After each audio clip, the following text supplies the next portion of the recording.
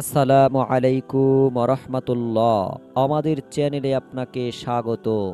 আজ আমি আপনাদের সঙ্গে আলোচনা করব, মহান আল্লাহ তাআলা নিজেই বলেছেন ঈশার নামাজের পরে কিংবা আপনি রাতের বেলা ঘুমাতে যাওয়ার আগে ছোট্ট এই দোয়াটি কষ্ট করে মাত্র ১০০ বার যদি পরে ঘুমাতে যান, তাহলে আল্লাহ তাআলা আপনার পরিবার সংসারে রিজিকে বরকত দান করবেন, গাইবী রিজিক দান করবেন, গাইবী ধন সম্পদ আপনার পরিবার সংসারে আসবে ইনশাআল্লাহ। আমি অনুরোধ করছি দিনী ভাই ও বোনেরা, আপনারা যারা এই ভিডিওটি অলরেডি প্লে করে ফেলেছেন তারা আমলের উদ্দেশ্যে সম্পূর্ণ ভিডিওটি দেখুন। ইনশাআল্লাহ এর প্রতিদান আপনাকে দেবেন যারা এই মুহূর্তে ভিডিওটি দেখবেন। দয়া করে সকলে এই ভিডিওটিতে একটি লাইক দিন, চ্যানেলটি সাবস্ক্রাইব করে বেল বাটনটি অন করে রেখে দিন। আমাদের প্রত্যেকটি ভিডিও আপনার মোবাইলে থাকা ইউটিউবে পেয়ে যাবেন ইনশাআল্লাহ। চলুন সম্পূর্ণ ভিডিওটি দেখি।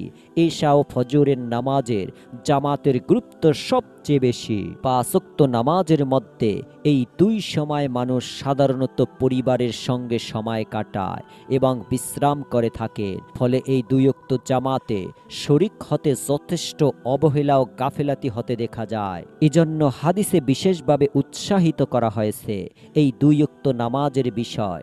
ঈশার নামাজ আদায়ের ফজিলাত বিভিন্ন হাদিস বর্ণিত হয়েছে। আমি আপনাদের সামনে সংক্ষেপে কয়েকটি হাদিস তুলে ধরছি, যাতে করে আপনারা ঈশার নামাজের প্রতি আগ্রহ বোধ করেন এবং আল্লাহ তাআলা আপনাদেরকে ফজিলাত রেখেছেন। সেই ফজিলাতের উসিলায় আপনারা আর কখনো ঈশার নামাজ ত্যাগ না করেন।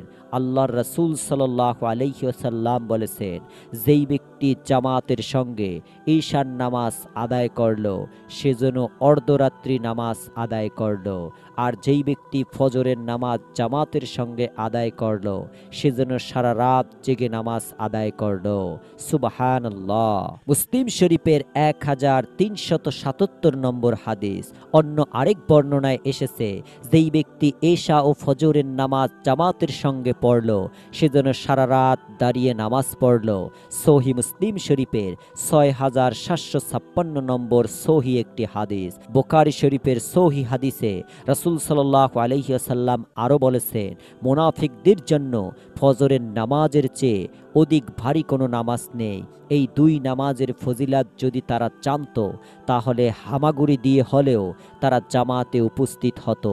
সুবহানাল্লাহ। তাই আমরা অবশ্যই চেষ্টা করব দিনী ভাই ও বোনেরা ফজরের নামাজ কখনোই যেন মিস না করেন এবং অবশ্যই রাতে ঘুমানোর আগে নামাজ আদায় করার পরে তাসবিহ তাহলিল জিকির আজকার করার পাশাপাশি পরিবার সংসারে যাতে রিজিক বরকত আসে, রিজিক যেন আল্লাহ তাআলার পক্ষ থেকে আসে। যতটুকু রিজিক আপনি পেলেন ইবাদত বন্দেগীতে আরও বেশি মনোনিবেশন করতে পারেন এবং ইসলামের বা কোরআন হাদিসের কিংবা ইবাদতের সঠিক চর্চা করতে পারবেন। ততটুকু আল্লাহ তাআলার কাছে আপনারা সাহায্য চাইবেন, রিজিকে বরকত চাইবেন। অনেক দিনী ভাই বোনেরা আছেন হাজার হাজার লক্ষ লক্ষ টাকা পয়সা ইনকাম করেন, অথচ পরিবারে রিজিকে বরকত না থাকার কারণে দেখবেন যে মাস শেষে তাদের টাকা পয়সা শর্ট কিংবা কম পড়ে যায়। তাই আমরা সব সময় আল্লাহ তাআলার কাছে এই ছোট্ট দোয়ার মাধ্যমে রিজিকে বরকত চাইব।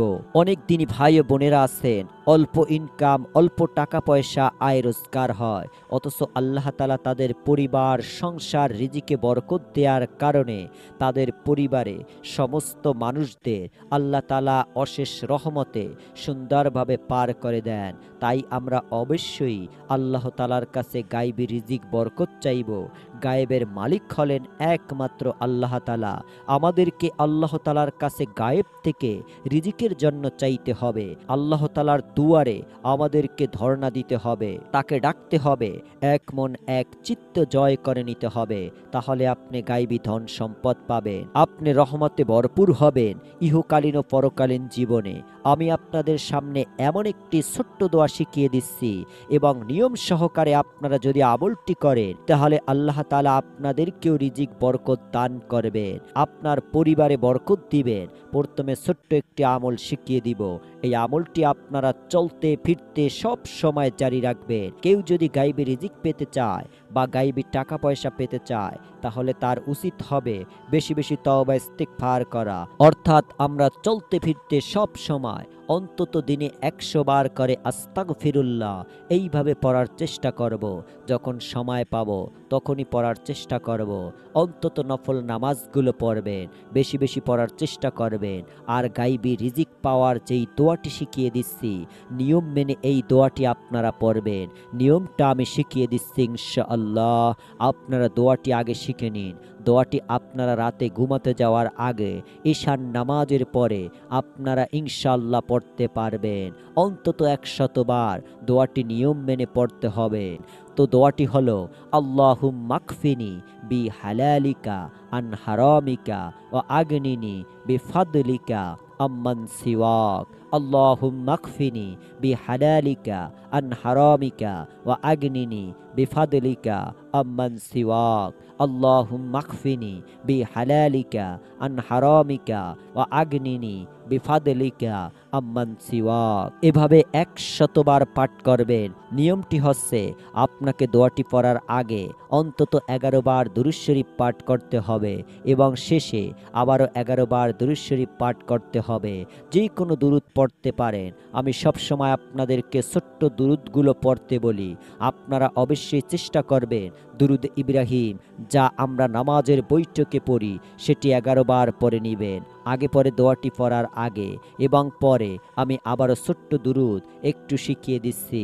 এই দুরূদটি আপনি চাইলে 11 বার পড়লে যেই দুরূদটি দেখাচ্ছি এই দুরূদটি পড়তে পারেন। দুরূদটি হচ্ছে আল্লাহুম্মা সাল্লি আলা মুহাম্মাদিন ওয়া আলা আলি মুহাম্মাদ।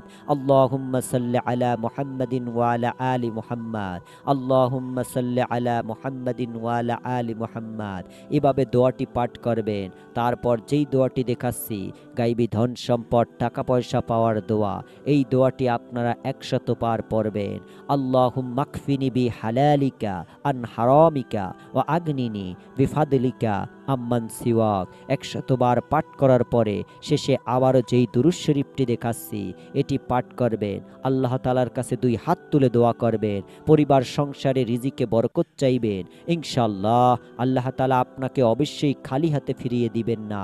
রাতের বেলা আপনারা আমলটি করে ঘুমাতে যাবেন। প্রত্যেক দিন এই নিয়মে ইনশাআল্লাহ